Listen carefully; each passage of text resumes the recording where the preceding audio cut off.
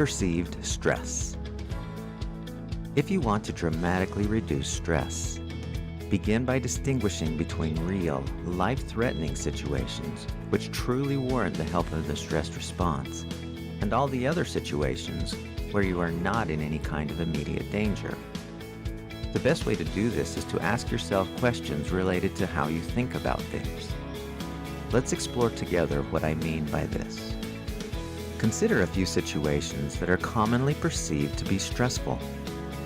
Perhaps it is one's personal finances, or not having enough time to do everything, just too much on your plate. Maybe you experience a lot of stress because of your kids, or your neighbor's kids. It doesn't really matter what we name as our stressor, it's still going to be the same discussion. Let me ask you this really important question. Is it possible to have your current financial situation or your many things to do and not feel any stress about it? It may not seem likely, but is it possible? Are there people in the world, or even in your own community, who have similar financial situations or a similar amount of things on their plate who do not feel stressed out about them? You might think that those people are abnormal, but they aren't. They just look at things differently. They interpret things in a different way. Let's look at some examples of how this happens. Rush hour traffic can be very stressful. It can be especially so if you're late for something important. But is it possible to be in your car on the freeway going 5 miles per hour and even be late for something important and not feel anxious about it? The answer is yes, it is possible. It always depends upon how you think about it. What about road rage? Is it possible to not get angry at all the crazy drivers on the highway? It must be possible because there are plenty of people who don't get upset at the crazy drivers. You may be one of them. What about tests? Consider the student who is taking a really important test. This must be a stressful situation, right? No, it's wrong. The reality of an exam is that it has no power to turn on the stress response. It's merely a piece of paper with words printed on it. There's nothing inherently dangerous about it. The stressfulness of the test comes from how we interpret it and what the test means to us. The truth is, different perceptions mean different stress levels. If I were to consider the test as a university professor, I would interpret an exam as questions to help determine what students were learning. My son, in elementary school, would interpret it as a piece of paper that he could easily transform into a paper airplane. The student who stresses about the test is the one who interprets it as being critical to her future. She believes that a low score may pose a threat to her well-being. In other words, blowing it might be painful.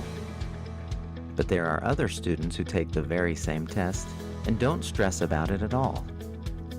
This is not to say that the test is not important. It is. It also is not going to result in physical danger, no matter the results. Here's another example. A basketball player is at the foul line, shooting foul shots. He steps up to the line, puts the ball in his shooting hand, lofts the ball into the air, and it sails through the rim. He scores. When would this situation be stressful?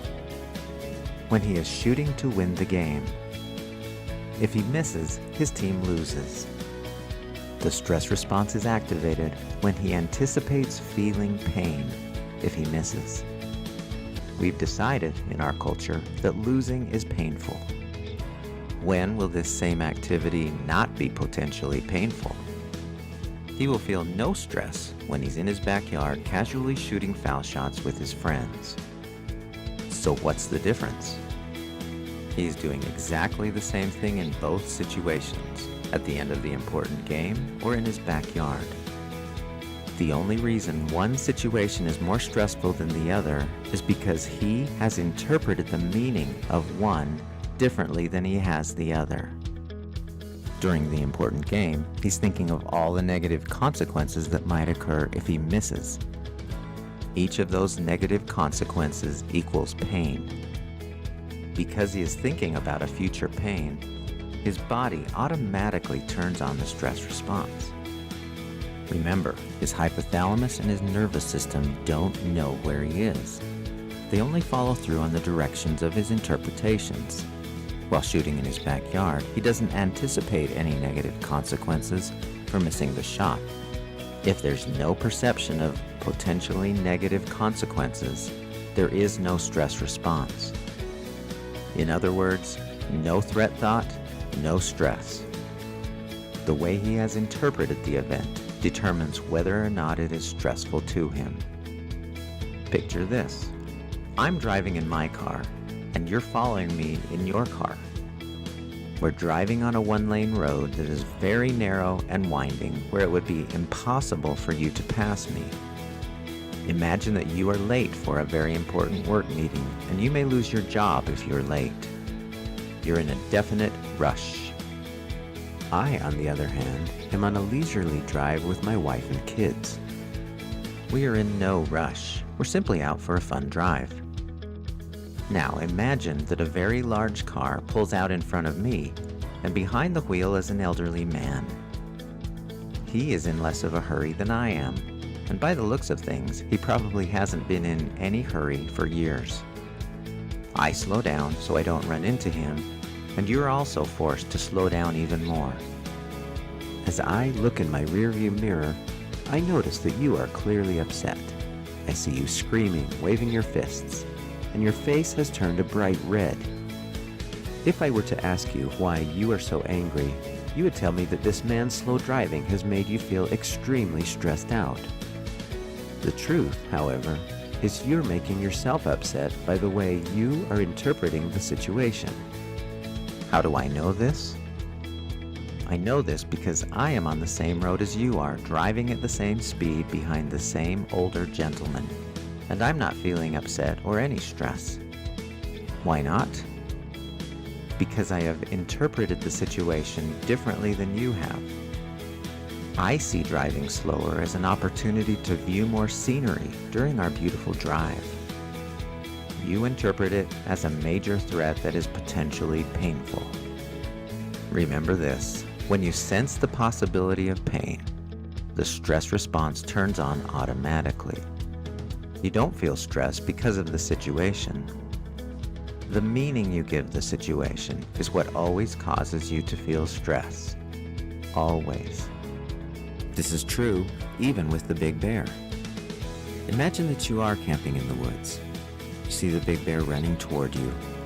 Your immediate reaction would be to want to run with great speed or fight with great power, because you view this bear as an immediate threat to your well-being. However, the bear itself does not set off the stress response. It is the belief that this bear is going to inflict some pain on you or kill you that causes you to feel stress. We know that the bear itself isn't stressing you out because we have all visited a zoo, watched bears from a close distance away, and not felt any need to run or fight. You're the same distance from the bear at the zoo as you are when you're camping. The difference is the bear at the zoo poses no threat to you due to the fence that prevents the bear from doing you any harm. At the zoo, you are certain that you aren't going to feel any pain, and, as a result, the stress response doesn't turn on. The key point is this: no event in life is inherently stressful. There is no event in life that causes stress to everyone who experiences it. It might seem to be universally experienced as stressful, but it isn't. Understanding this is one of the grand keys to managing stress more effectively. It always depends upon how you interpret the event rather than the event itself that causes the activation of the fight or flight response. Every single event that you and I experience in life is stressful only because we have interpreted it to be that way. We've decided that some aspect of the situation will inflict on us some pain, which may be physical, mental, emotional, or spiritual.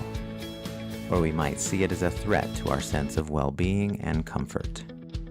there are no exceptions. The world is simply not a stressful place. There are many stressful appraisals of false emergencies in a very safe place. That doesn't mean things are not important. They are. However, we don't need to view most situations with the accompanying threat of a potential pain, a false emergency, which activates the stress response.